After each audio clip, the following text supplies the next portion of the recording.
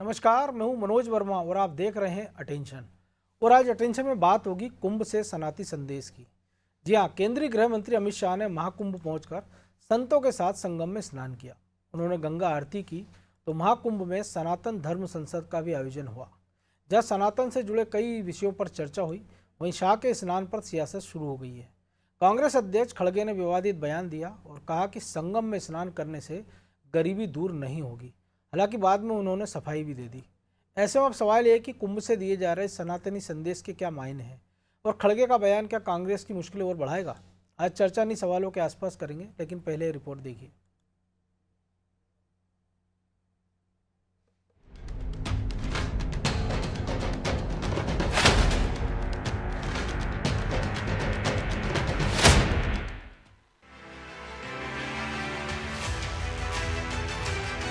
कहते हैं कि तस्वीरें बोलती हैं। महाकुंभ से आई ये दो तस्वीरें भी बहुत कुछ बयां कर रही हैं, खासकर केंद्रीय गृह मंत्री अमित शाह के स्नान की। दरअसल सोमवार को महाकुंभ पहुंचे शाह ने आस्था की डुबकी लगाई। इनके साथ सीएम योगी, जूना अखाड़े के महामंडलेश्वर अवधेशानंद गिरी और योग गुरु बाबा रामदेव ने भी संगम में स्नान किया। तो दूसरी तरफ महाकुंभ में सनातन बोर्ड के गठन के मामले को लेकर धर्म संसद लगाई गई, जिसमें सनातन बोर्ड के गठन, उसके प्रस्ताव समेत सनातन से संबंधित और भी कई विषयों पर चर्चा हुई। इस दौरान कथावाचक देवकीनंदन ठाकुर ने अकबरुद्दीन ओवैसी के 15 मिनट वाले चैलेंज पर कहा कि हमारे तो नागा साधु ही काफी हैं, मिलिट्री की जरूरत ही नहीं पड़ेगी। अभी सनातनी युग चल रहा है। आदरणीय योगी जी, जिनकी पूरी कैबिनेट कुंभ में स्नान कर रही है, इससे पहले कोई कैबिनेट कुंभ में स्नान करने नहीं आती थी। और पिछला कुंभ तो याद है 2013 का, कि उस कुंभ की देखभाल किसको दे दी थी? मिस्टर उनको दे दिए थे जो हमको 15 मिनट का चैलेंज देते हैं। ये भी अरमान पूरे करके देख लो। सिर्फ नागा साधु ही काफी है, मिलिट्री की तो जरूरत नहीं पड़ेगी आपको। इधर शाह के संगम में स्नान पर कांग्रेस के राष्ट्रीय अध्यक्ष मल्लिकार्जुन खड़गे विवादित बयान दे बैठे हैं। उन्होंने कहा कि बीजेपी नेता जो कुंभ में डुबकी लगा रहे हैं, इसमें कोई गरीबी दूर नहीं होने वाली है। बीजेपी नेताओं में गंगा स्नान की होड़ लगी है। गंगा में डुबकी लेने से गरीबी दूर होती क्या? आपको खाना मिलता पेट को। मैं किसी की आस्था के ऊपर ठोस नहीं लगाना चाहता हूं। अगर किसी को दुख हुआ तो मैं माफी चाहता हूं, लेकिन आप बताइए, अरे जब बच्चा भूखा मर रहा है, बच्चा स्कूल में नहीं जा रहा है, मजदूरों को मजदूरी नहीं मिल रही है, जब ये है तो ये लोग जाकर हजारों रुपए खर्च करके कंपटीशन पे डुबकियां मार रहे। कुल मिलाकर कहा जाए तो बीजेपी अपने हिंदुत्व एजेंडे के सहारे ही आगे बढ़ रही है। लिहाजा उसकी रणनीति को गौर से देखें तो चारों तरफ से वो इसी को दार देती दिखाई देगी। खैर, राजनीति में धर्म प्रिय विषय रहा है, खासकर बीजेपी के लिए, क्योंकि विपक्ष इसका तोड़ नहीं निकाल पाया है। खैर, अब देखना होगा कि महाकुंभ से आई ये तस्वीरें आने वाले दिनों में सियासत पर कैसा असर छोड़ती हैं। ब्यूरो रिपोर्ट, अनादि टीवी।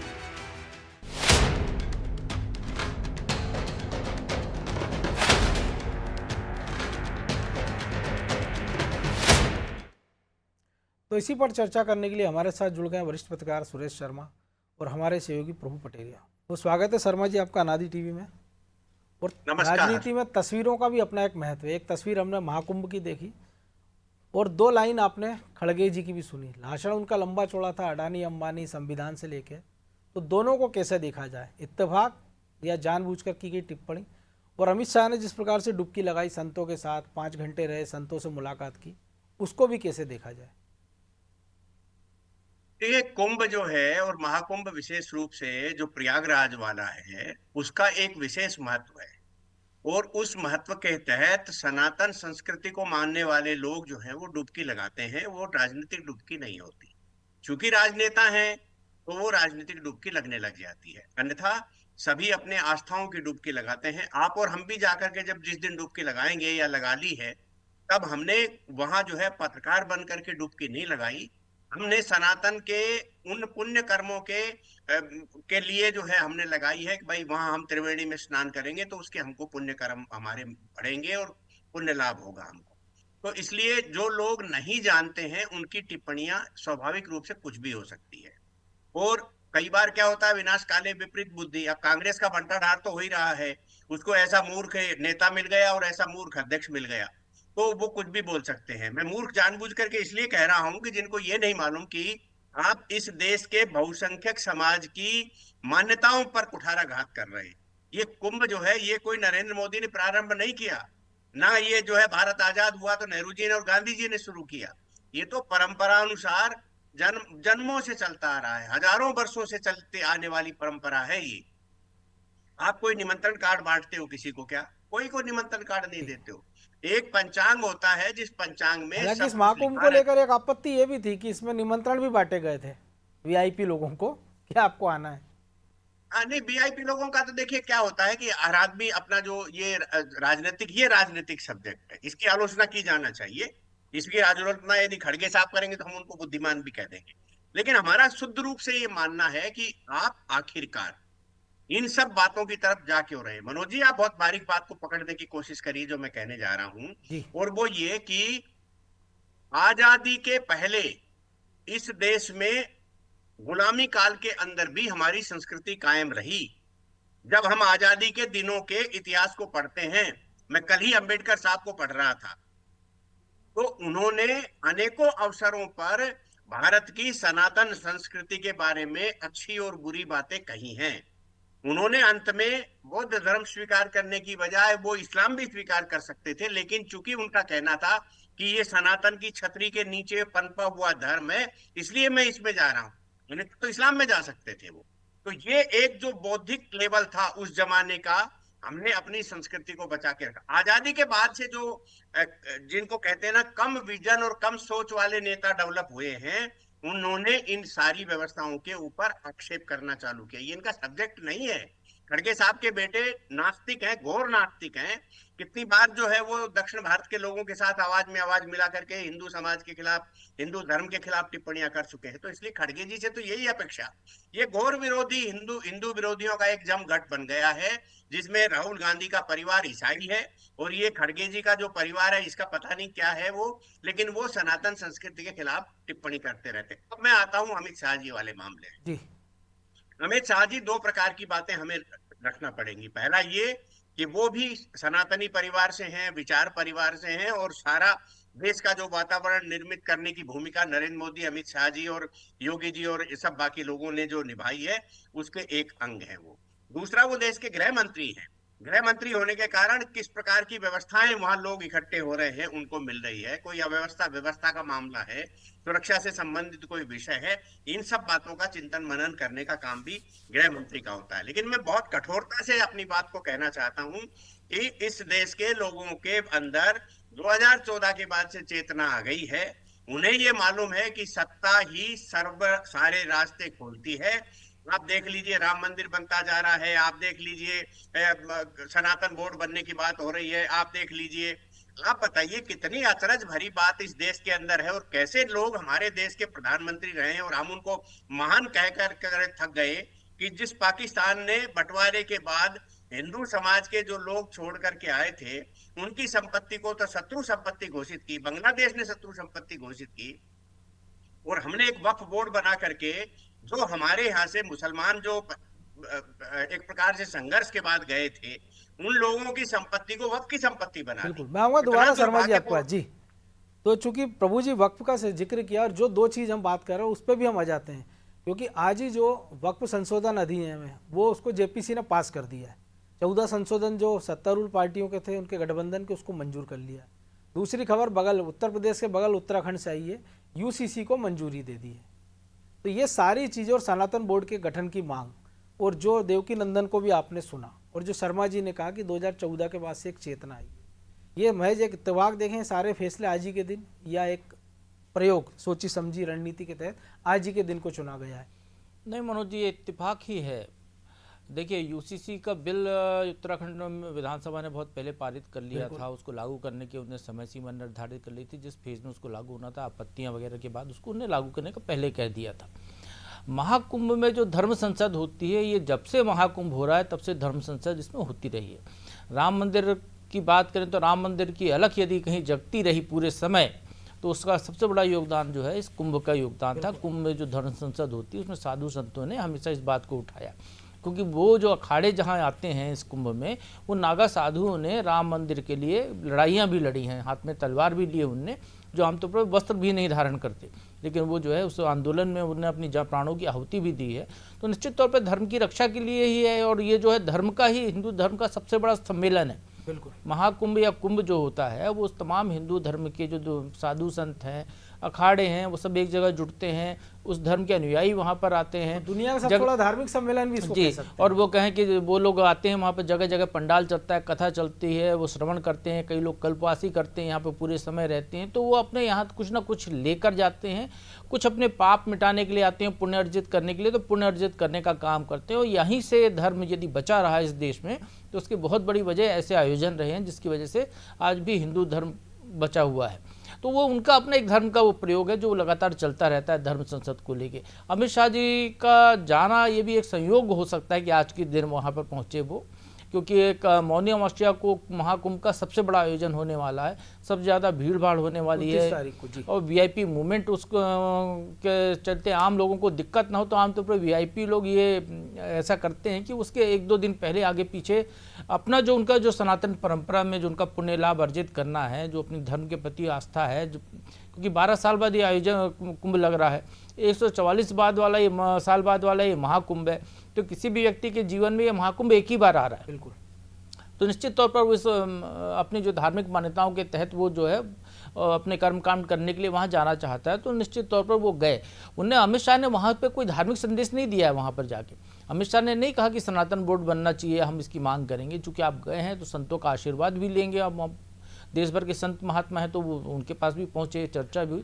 ये संयोग है कि इसी दिन धर्म संसद वहाँ पे हो रही है। धर्म संसद में जो धार्मिक गुरु हैं, देता हैं, उन लोगों ने जो बातें रखी हैं वो अपने वक्त ज़रूरत के हिसाब से रखी हैं। जो भी सुरेश शर्मा जी कह रहे थे, वाकई ये बात है, और जेपीसी का आपने जिक्र भी किया है। जब बांग्लादेश में जो है हिंदू वक्फ बोर्ड नहीं है, पाकिस्तान में नहीं है, तो भारत में वक्फ बोर्ड क्यों? और फिर वक्फ बोर्ड है, चलिए मान भी लिया जाए, तो वक्फ बोर्ड जब आज़ाद होने के 75 साल बाद वो किसी भी संपत्ति पर दावा करने पर खड़ा हो जाता है। बिल्कुल। जहाँ कुंभ लग रहा है उस जमीन पर अब दावा कर दिया गया। वहाँ तो हर 12 साल में कुंभ लगता है, हर 6 साल में अर्ध कुंभ लगता है, और हर साल वहाँ पे माघ मेला लगता है।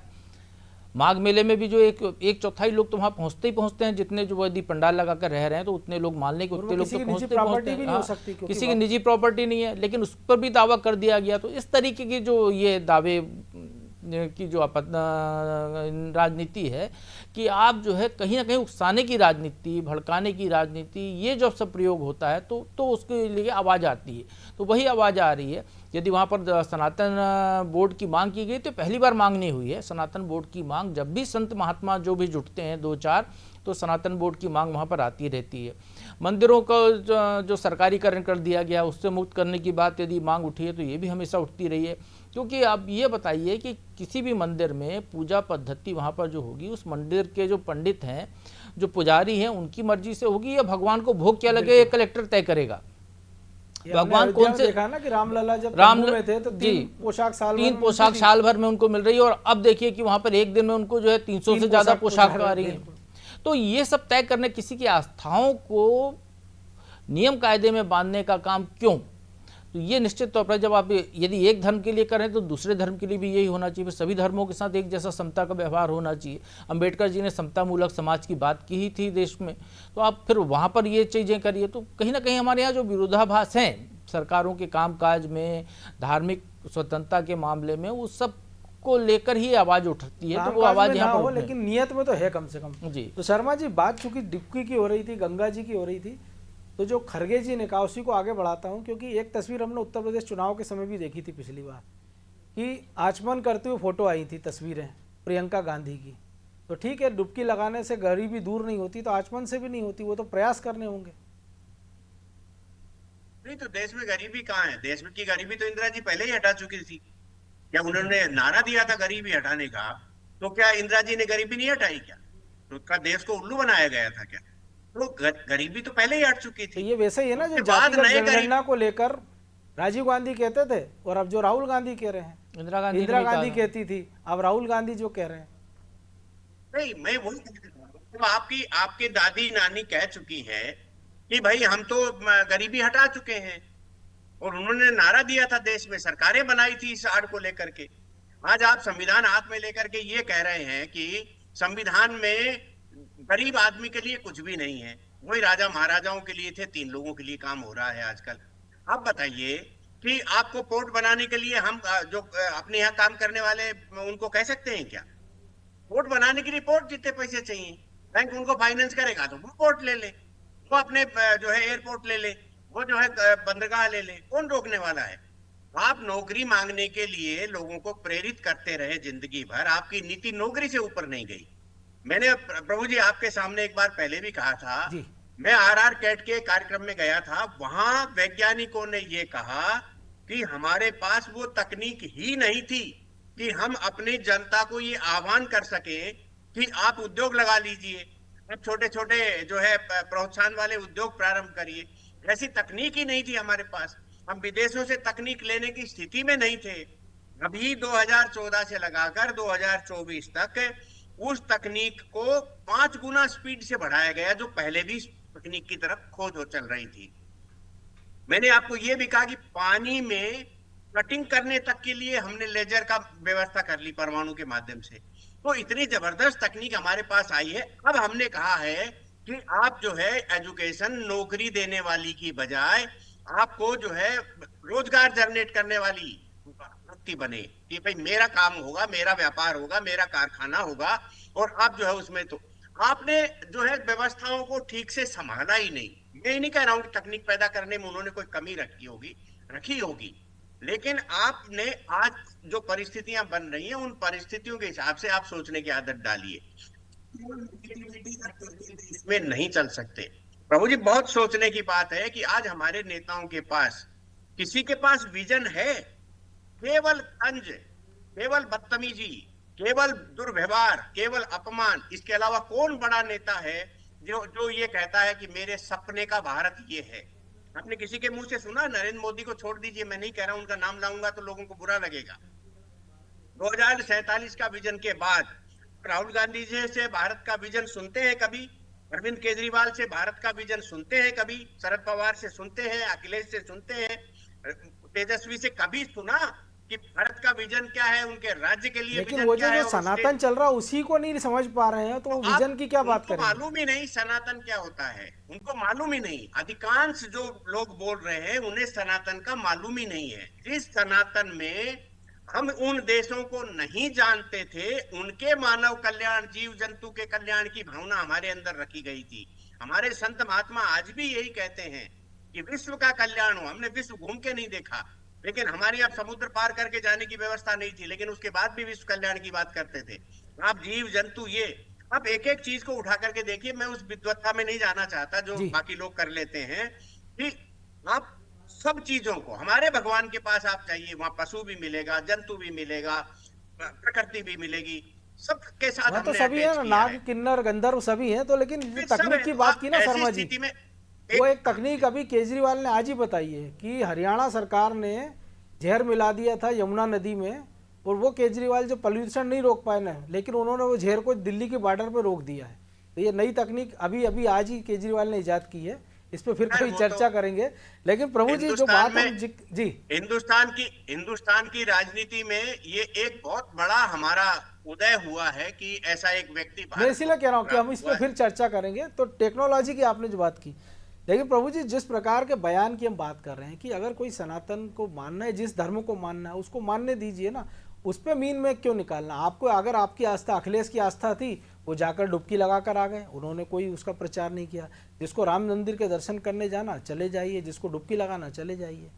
तो ये व्यक्तिगत आस्था की चीज़ों को सार्वजनिक प्रदर्शन करना और फिर लोगों की आस्थाओं पर प्रहार करना, इसको कैसे देखा जाए? मनोज जी, एक शब्द है तुष्टिकरण। आप जब कोई राजनीति करते हैं तो आप एक तुष्टीकरण, एक वोट बैंक आपको दिखता है कि उस वोट बैंक को हमको संतुष्ट करना है, वो हमसे छिटक ना जाए। उसको संतुष्ट करने के लिए जब आप ये सब प्रबंध करते हैं, जिस तरीके का चलते हैं, तो वो ये दिखाई देता है जो आप कह रहे हैं। यदि आप बहुसंख्यक या पूरे देश में सबको साथ लेकर चलने की बात करें तो हर धर्म के उसमें आयोजन में आप शामिल हो सकते हैं।